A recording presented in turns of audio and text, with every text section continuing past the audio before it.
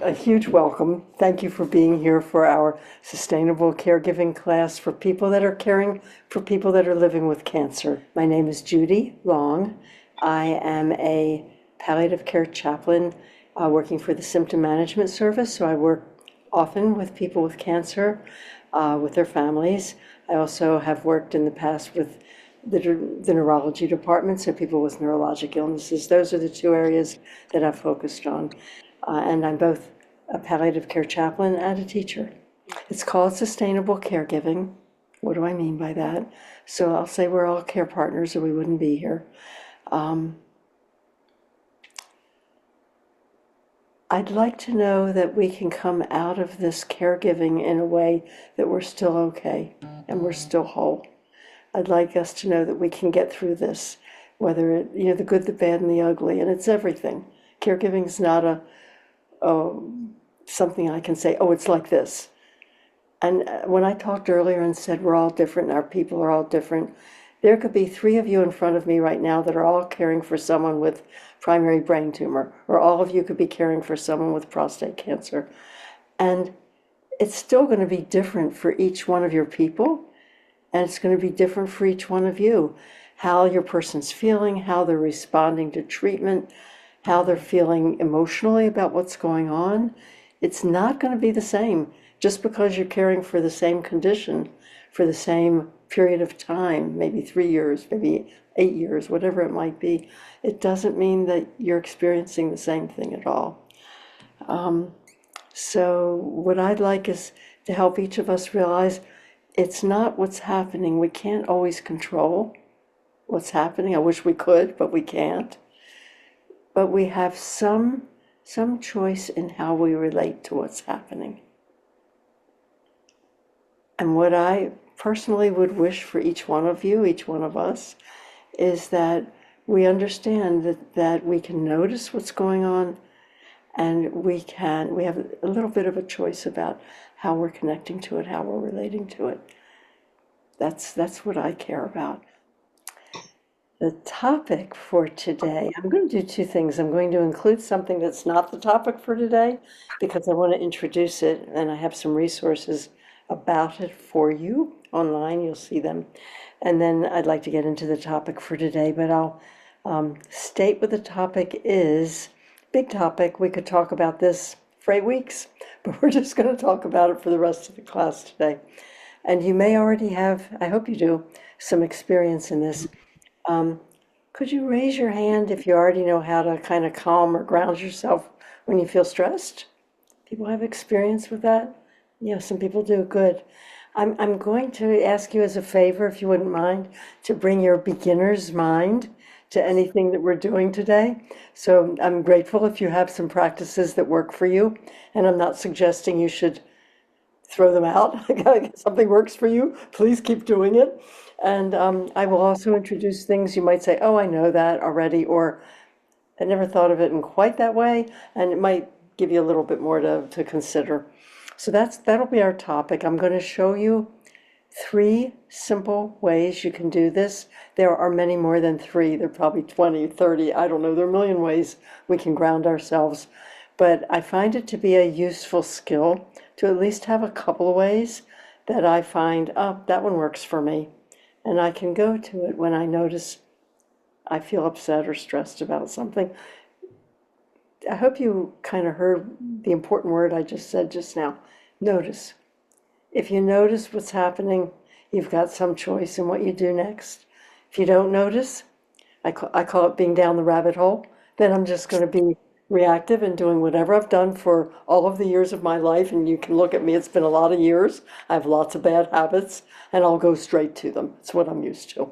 But if I can notice, oh, this is what's going on right now, then I have a chance. I can make a choice to do something else if I want to. I don't have to. I'm not suggesting you should always want to be calm, but you may find right now it's not helpful for me to be quite so, I love this term I learned from my psychologist friends, upregulated. It's when we get so upset about something that we feel like our shoulders are up to our ears. That's being upregulated or being stressed. So sometimes I find that's not particularly useful. I may not want to get stuck in being upregulated, and then I like to have a way to ground myself. So that's what we'll be talking about most of the time.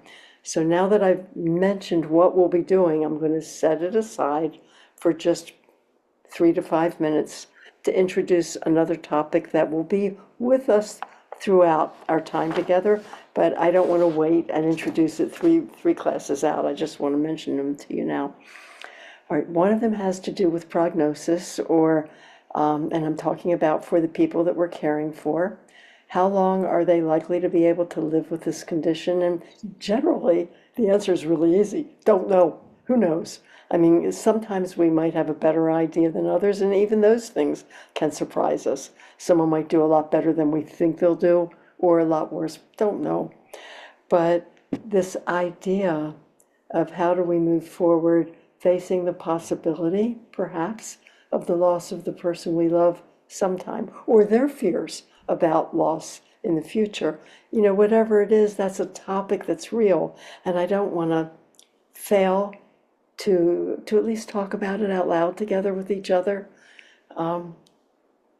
The children's character, Mr. Rogers, I think he says, if you can mention it, you can manage it. Well, I don't know if that's entirely true, but I think it's one of those things we need to be able to talk about a little bit. There's a resource, a couple of resources, one resource in particular that you'll see. Your resources, as I said, will be a mix. You'll receive a link to them in a few days. But there's a book in there that's called, I love it. I'm going to forget the name of it now. It's by Catherine Mannix, Mannix. She's a palliative care physician in the UK, the United Kingdom and England. And she's really telling stories about people she's worked with over time, but I find them to be very interesting and helpful. They're not all exactly what any of us are dealing with, but they're primarily about patients with cancer, not all, but many. And they talk about calm deaths and what they're like, what are the stages and things you'll see. And they also say it's not always like that. I know when I was reading it, I thought, this is really great. I've had people that have said, what's it going to be like? But then I know of other people that have had really difficult times. And she does indeed have a few cases that are difficult times. It's called With the End in Mind. You think I'd remember that title, but I didn't. I thought I would just read a little bit of it, and I found it was kind of a page turner for me. I really enjoyed it, and I read it all. No resource that I give you is required. You absolutely don't have to read any of them. But if you find that something you would enjoy dipping into, I wanted you to know it was there. The other thing I want to bring up in that same context is just the whole notion of palliative care. And some of you may already find that you and your person are already receiving palliative care, some may not. I'm not suggesting it's a necessity, but I do find there's often, not always, but often some confusion about what the heck is it? What's palliative care? Some people think it's same as hospice. It's not. It's much larger category. Hospice is a small piece. It can be a small piece of palliative care, but palliative care is working with people with serious illness and managing their symptoms. And who is that? I think that's all of us. And so you might find that palliative care is something that may be useful to you. The other thing I love about it is it's not a pure doctor-patient relationship. It's not the doctor relating to the patient, patient to the doctor. That's the end of the story. The expectation in palliative care is that the doctor and a team of providers with that doctor are going to be connecting with the patient and their team of carers, people like yourselves, their family members, the people that they consider their personal team. So when I meet with people as a palliative care provider, as a chaplain, I mean, who has a chaplain on a team when you're going to see the doctor? But in a palliative care team, you might find there's a doctor, a nurse practitioner, a social worker, a chaplain, and they're all available. In many cases, it may be different. In one case, there was always a pharmacist present. In one case, there's always a psychologist present. So it's not going to be the same everywhere, and everywhere doesn't have palliative care. But it's often a team approach. And it's expecting that they'll meet with the patient, but also with the care partner. And I just think that's a wonderful approach I found in my experience that I've really liked it. But you can find out more about it in many ways. I'm happy to talk about it more with you in the future. But there's also one of the books in your resources, and it's called Life After the Diagnosis. And it's written by a doctor at UCSF. And it was both of the books I'm mentioning are fairly recent, but this one's from someone at UCSF who is the chief of the palliative care division. So he's talking about what's it all about? How's palliative care work? And this one's intended for patients and their care partners. This is not one that's intended for other doctors. Although, frankly, I think it's a useful book for other doctors too. But that's another one I thought I would read, a little chapter here or there. I dip into it, but I found it, I really liked it. I read the whole thing, so you can take a look and see if that's of interest to you. And the other thing is a website that's called Get Palliative Care.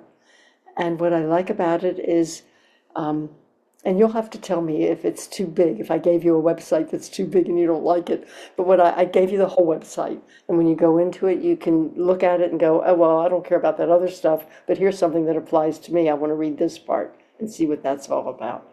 And I like it for that. So if you just want to learn more about how palliative care works, you can find a lot of it in that website. This is my last off-topic thing, but I want to be sure to remember to mention it, is the idea of dementia relevant? And I was once talking with someone else about it. So my husband has neurologic illness. He has dementia associated with it. And I thought his kinds of things and the things I work with people with neurologic illness don't apply. And one of my friends that works in oncology said, that's not true. People get mets to the brain, metastases to the brain all the time.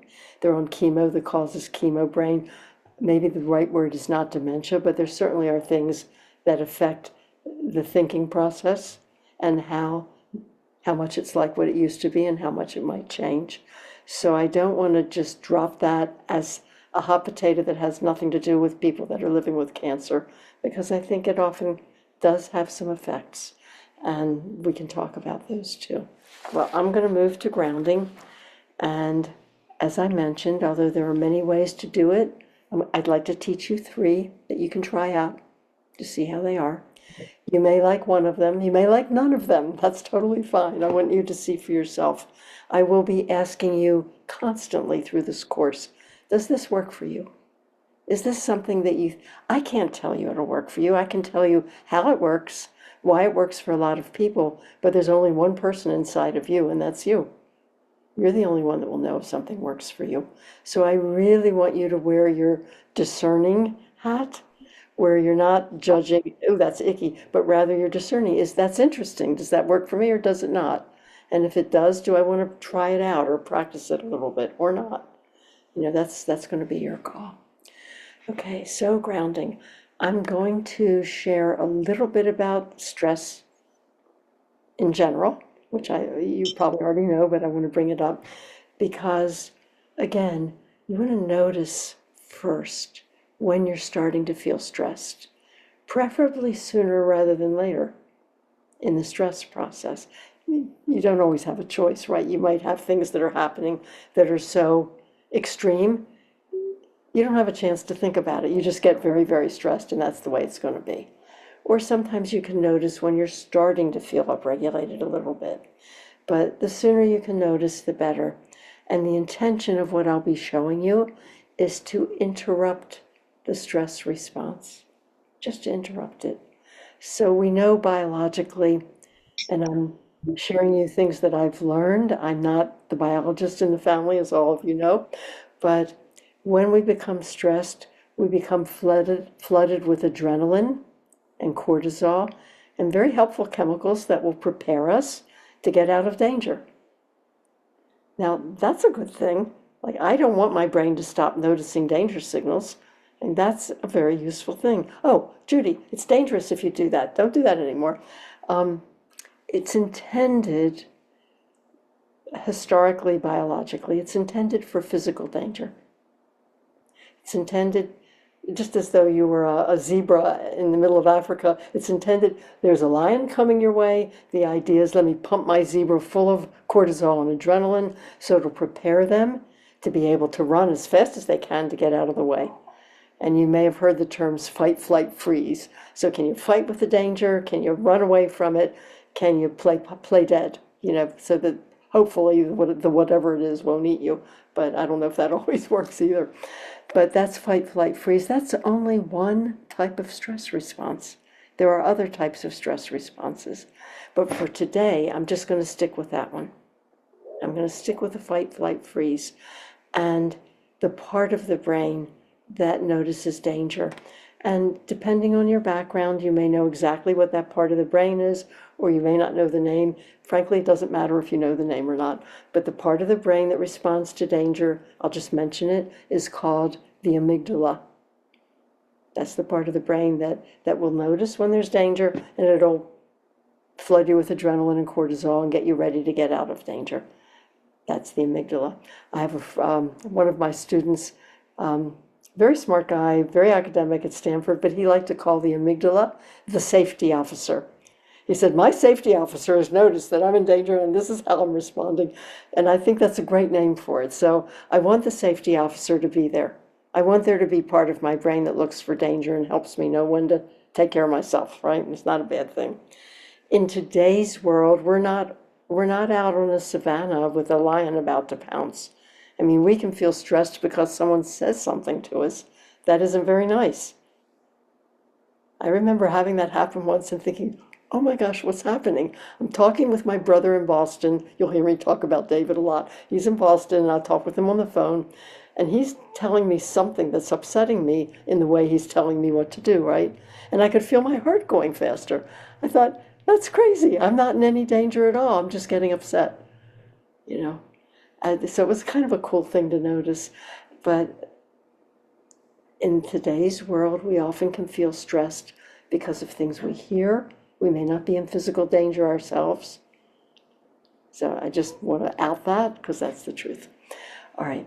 So if you are feeling stressed and you're already flooded or filled, in other words, your bloodstream is filled with adrenaline and cortisol, it's not going to simply evaporate because you do a grounding exercise. Am I making that clear? If you're already feeling like when I talked to my brother, my heart was beating fast, that wasn't going to just evaporate because I took a deep breath or did something I thought would help me. My body was already full of adrenaline, and I had to give it time. I'm saying this slowly and loudly. I had to give my body time to recover, for the adrenaline to dissipate. It is the only time probably in the course of this course that I will say this to you. It's very important for you to think now when you're not feeling stressed. I hope you're not feeling stressed right now. You might be feeling tired, but if you can kind of not be feeling badly stressed, I want you to think about what you would like to distract yourself with while you're waiting for the adrenaline and the cortisol to dissipate. And it's the distract word. I don't usually say you should distract yourself, but in this case, you actually need a distraction. If you don't distract yourself, if you're like me, your mind will immediately, you'll do a grounding exercise, and then you'll immediately go back to worrying about whatever it was you were worried about. If you do that, your brain, your amygdala will be very compliant. It will flood you with more adrenaline. If that's not what I want, then I need to give it a little bit of a timeout. And I have learned that the amygdala, the safety officer, does not respond very well to words. Doesn't help if I say to my brain, would you please chill? I'm okay. My brain just totally blows that off and says, I don't get it. I don't even know what you're talking about. I'm going to keep flooding you with adrenaline. So it doesn't respond to words. It only responds to physical things it can feel in your body. Remember, that's a very ancient part of the brain. So I've just given you a lot of information, but the point that I want you to remember is that it's helpful to consider some things you can think about or do for a few minutes, 10 minutes, 20 minutes, if you can, that will give you a little time to allow the adrenaline to dissipate. Personally, for myself, and also for patients that I've met with in the hospital and their family members, very hard to think about things that I find might relax my mind while I'm feeling stressed. Right? If you came up to me and told me, think of something, I'd say, get out of here. I'm too upset right now. I don't even want to talk to you. So I would ask you to think about it now when you're not upset. What works for you? And I would say of every face that I see on the screen right now, we're all different.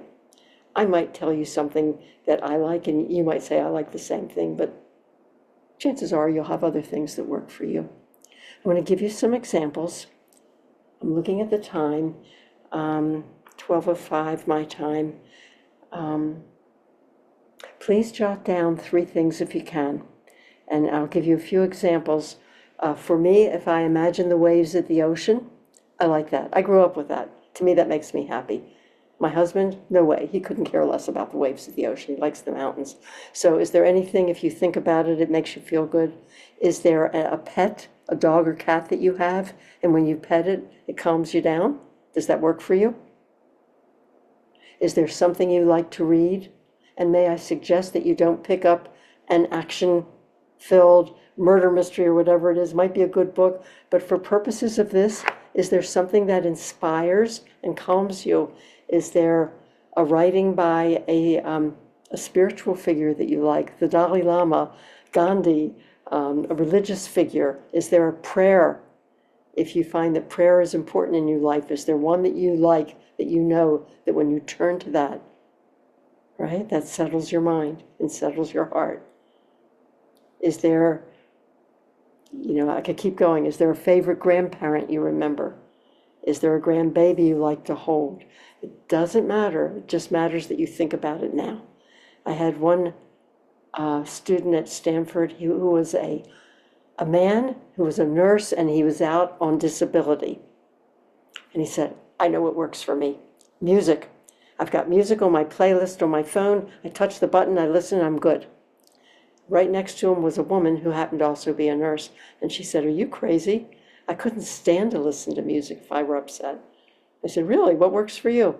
And she said, I would go to the closest doorway, I'd get my head out the door, and I'd take a deep breath. Is it looking out the window at a big tree? Don't know. I would like you to write down 3 right now. And these do not have to be your 3 forever. Just give yourself a couple of examples for yourself. Preferably something you can get to easily. Like, it doesn't help if I say snorkeling in Hawaii. That sounds good, but I'm not there.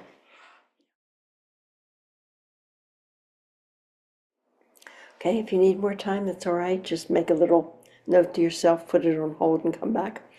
Please consider this an open question. I'd like you to come back to your list. I'd like you to change it, expand it, but have it written down somewhere. You can write it down in the notes on your iPhone if you have an iPhone. You can have it on a piece of Post-it paper like this. Just stick on your computer. Anything so that you can look at it when you're upset. You don't have to go, what the heck did I write? I can't remember. Right now I'm too upset to even think about it. I want you to be able to find it. So now I'm going to back up to tell you the 3 types of things I would like to show you in our remaining time. One of them is noticing the way something feels in your body. The second one will be a particular type of breath. And the third one will be a visualization type of a breath. I'm not going to give them more names than that. I don't want to waste time, so I'm going to jump in and start asking you to try them out. The first one comes from the world of trauma therapy, and it was found that if we can notice a place where our physical body, when I say notice, I mean feel, where a place in our body that's being physically supported, then that message, without any words, goes straight to the amygdala and says, my person's okay. It will interrupt the stress response. It's been studied, it's been found that it works. It's surprising, but it's true. I found that too, because I've practiced these a lot. So what I'd like you to do right now It looks like everyone's sitting on a chair. Could you please redirect your attention, and can you notice the physical sensation of the support of the chair beneath your sit bones? Can you feel that? Raise your hand if you can feel it. I'm seeing a smile. Someone may know this already. Okay. All right. And see if you can sustain your attention there for a moment. Can you really feel it? That's all it takes. That's all you have to do. It's not any fancier than that. You can do the same thing with your feet or with your back. I had one patient that could not sit up, and he was in a great deal of pain, and we did this like a body scan with his back against the mattress of the bed he was lying down on. But you can also do it while you're walking, and I'd like you to feel what that's like. Could you please stand up a minute if your body's okay and able to stand? And if my balance is a little wonky, so I like to hold the desk when I'm doing it, but you don't have to. Notice the sensation of the support of the floor beneath your feet. And when you stand, you really notice it, right? The weight of your body's above it. Could you please take a few steps in place and notice the support of the floor beneath the heel of your left foot, the ball of your left foot, the heel of your right foot, the ball of your right foot, the heel of your left foot, the ball of your left foot. And then if you'd have a seat again, please. So you really can feel that, and yet most of the time we don't feel it because we don't notice it. We're busy thinking about something else. But if you wish, you can redirect your attention to noticing the support of the floor beneath your feet. I have one friend who's an oncologist and a palliative care doc at the University of Washington in Seattle. He always does this when he's between patients. When he's walking in the hospital, he notices the support of the floor. He says, it's great, it clears my mind. I would do it for that reason alone, if nothing else. So it's really a good one. I would say practice it. It benefits. I'm really good at it because I've done it a million times because I teach it, right? So if you practice it, then you know how it feels. If you don't practice it, you wait till you're stressed, you try to remember what the heck did we do in class. If you're like me, you won't remember right then probably because you may be too distracted by whatever's upsetting you. So I would say practice it. If you want to do it on a breath, it would work like this. I'm going to ask you, so just try to follow it. I'm going to ask you to notice the feeling in your nostrils and then feel the support of the chair. So I'll lead it, you try to do it. All right. On the next in-breath, please breathe in, and while you're breathing in, notice the feeling, the sensation of the air as it enters your nostrils. Go. Let the out-breath take care of itself. Drop your attention into your body. Notice the sensation of the support of the chair. That's it. It's the whole thing. Let's try it once again. So breathe out normally. When you're ready, breathe in. Notice the sensation of the air as it enters your nostrils. Out-breath takes care of itself. Drop your attention into your body. Notice the sensation of the support of the chair. Okay. And when you're ready, if your eyes happen to be closed, you can open them. That's the first one. That's the first one. If you find that a little bit interesting, possibly helpful, I would suggest practice it a few times. Try it out, when you're not in class. But see what you think. Second one. The second one's a breath exercise. I'm going to show you one that's a counted breath. Counted. And there are many ways to do this. You may already know 3 or 4 or 5 different ones. I could tell you 3 or 4 or 5 different ones. But I'm going to start with one that was the first one I ever learned from a scientist named Stephen Porges. And I was sitting in a lecture that he was giving for scientists. So of course, most of it is straight over my head. And in the middle of this large lecture hall, he says, hey, I can tell all of you how to calm yourselves in 60 seconds. I thought, this is going to be good. And so he started doing this with all of the scientists sitting in the room. He said, here's what I'm going to do. I'm going to count, and I want you to breathe with my counting. I want you to breathe into it for a count of 4, and then I want you to breathe out for a count of 8. And then you do it again, then you do it again. You do it for about 5 breaths. And here's why he said it. He is a scientist who studied something called the vagus nerve for his entire career. The vagus nerve is one of the cranial nerves that goes from the brain, goes down into the body, and it wraps around our internal bodily organs. It's very much associated with our responses to stress. That's the nerve that Stephen Porges has studied for years. And one of your resources is a book by Stephen Porges. You can look at that too if you want to, but you needn't. He said when you breathe in the fashion that I will ask you to breathe, it will impact your vagus nerve, which will in turn re-engage the part of your nervous system that is dominant when you are not feeling stressed. It's called the parasympathetic nervous system. But you don't need to remember all those words. I just want you to try it out. This is a fairly long, slow breath, so it's only recommended to do it for a minute, not to do it indefinitely. You're just doing it to create an interruption of the stress response.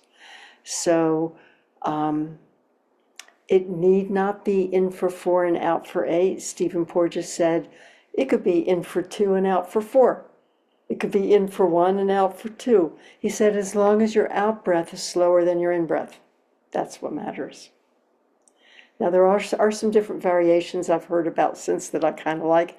I'm not going to try them with you now. I'll show them to you in the future, if maybe on occasion. But let's just try the in for 4 and out for 8. And it will be about 4 or 5 breaths. So if for any reason you find you're uncomfortable with it, it's too much for you, you can just stop. Just say, nope, not going to do that one. That's fine. But if it feels okay, give it a try. The out breath is long. It's very slow. Okay. Breathe normally, breathe out normally. When you're ready, we will go.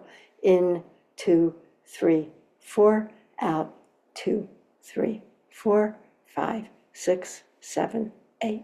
In, 2, 3, 4, out, 2, 3, 4, 5, 6, 7, 8. In, 2, 3, 4, out, 2, 3, 4, 5, 6, 7, 8. In, 2, 3, 4, out, 2, 3, 4, 5, 6, 7, 8. In, 2, 3, 4, out, 2, 3, 4, 5, 6, 7, 8. We'll do one more. In, 2, 3, 4, out, 2, 3, 4, 5, 6, 7, and 8. So one nice thing about that one is if you're counting, what are you thinking about? In, 2, 3, you're counting. So to some degree, it distracts you from what it is you were upset about. It's a great one if you wake up in the middle of the night and you're worrying about something, then you start counting. It keeps you busy. And I say that partly as a joke, but partly it's true. I have enjoyed doing that one when I'm in a busy airport. I don't like busy airports. I don't like all the announcements going off. I find that stressful. If I'm waiting for baggage, I'll just count. I'll do in for 4 and out for 8. And it's amazingly settling. I'm going to pause and stop after that one. If you think that's even remotely useful, you can play around with it and try it out a little bit. Please remember you can vary the ratio. It doesn't have to be in for 4 and out for 8. But you do it for about 60 seconds. It could be in for 3 and out for 6, but you do it for approximately 60 seconds and see how it strikes you. So the third one is the one that requires a bit of visualization. So this one is called the heart breath. It comes from a program called Heart Math. Some of you may be familiar with it, but you don't need to be. This is just one particular aspect of it that has been heavily studied for the last 25 years. And when you breathe in the way I'm going to ask you to breathe, it increases what's called heart rate variability. And if you're like me, I know when I heard that, I thought, the heck is that? I've never heard of heart rate variability. So if you're a scientist person, you probably know exactly what it is, but I did not. And what I was told is that it optimizes the degree to which the heartbeat and the breath are synchronized. They're not the same, they're not supposed to be, but apparently they can be more optimally synchronized than not. When they are optimally synchronized, it re-engages what's called the parasympathetic nervous system, the part of the nervous system that's dominant when we're at ease, if you will. And so it works, even though it is, if you hate the idea of visualizing something, and this is absolutely not for you, just skip it. I had a doctor in one of my classes once, and he hated this one. He said, that's not what the heart's like. I'm not doing that one. I said, fine, don't do it. Do a different one. But But if this is one you would consider, it's been found to be an incredibly effective biofeedback technique. So you can try it. I'm going to ask you to visualize that you could breathe directly into your heart and out from your heart. And you can picture your heart as a biologic organism, or you can picture your heart. I was told this by a professor at Stanford. She said, you can picture a pink heart-shaped balloon inside your chest if you want to. Doesn't matter. Just imagine that you're breathing directly into your heart space and directly out from your heart space. In whatever way makes sense to you. It could be, I'm breathing into the front of my heart and out of the front of my heart, or you can picture it going all the way around your body. I'm breathing into my heart from a circle around my body, and I'm breathing out from my heart to a circle outside of my body. But the idea is to picture your heart or your heart space and to imagine that you're breathing into your heart and out from your heart. And the instruction, if your mind wanders, so it's like meditation in this way. If your mind wanders to something else, even if it's thinking, this is dumb, whatever it is, if your mind wanders, the instruction is, that's okay, just come back again, do it again. Start over, breathe into the heart, out from the heart. Try to continue to do it for, I'm going to ask you to do it for a short time, let's say 5 breaths. It's not too many, okay? So first picture your heart or your heart area. You can have your eyes closed if you wish, and when you're ready, oh, by the way, you may breathe as fast or as slowly as you like. Doesn't matter how fast or slowly you breathe. Just breathe whatever's normal for you. And it could be even uneven. You could have one long breath, one short breath, doesn't matter. Just imagine you're breathing into your heart area, out from your heart area. Into your heart area, out from your heart area. Yeah. So I'll start you, and then you do it at your own pace. And I will ask you to stop doing it. I won't be counting for you, so after maybe a minute or two, okay? So when you're ready, imagine you're breathing into your heart area, out from your heart area, into your heart area, out from your heart area. If you like, you can put a hand over your heart. Might help you remember to keep your attention there. So into your heart and out from your heart. Into your heart, out from your heart. See if you can continue that for about 4 or 5 breaths without my saying anything.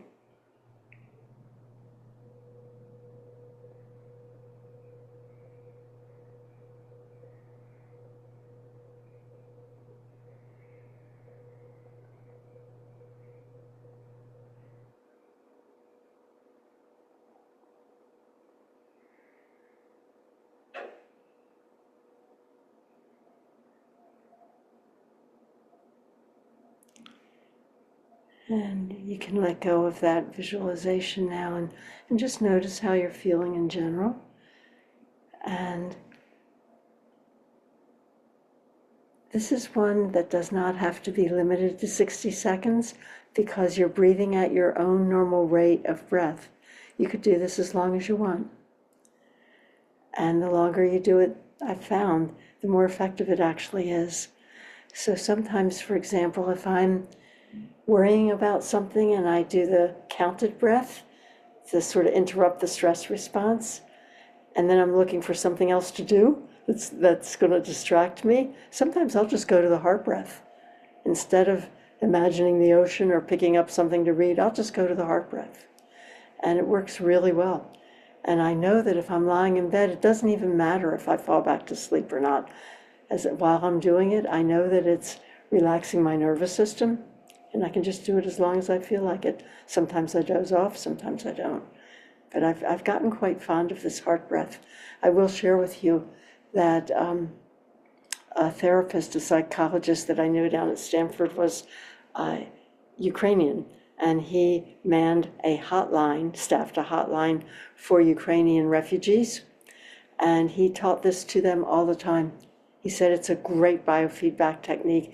He said the only thing he did that was different than what I was asking him to do, which was to do it for 5 minutes, he said he would ask his people to do it for 20 minutes twice a day.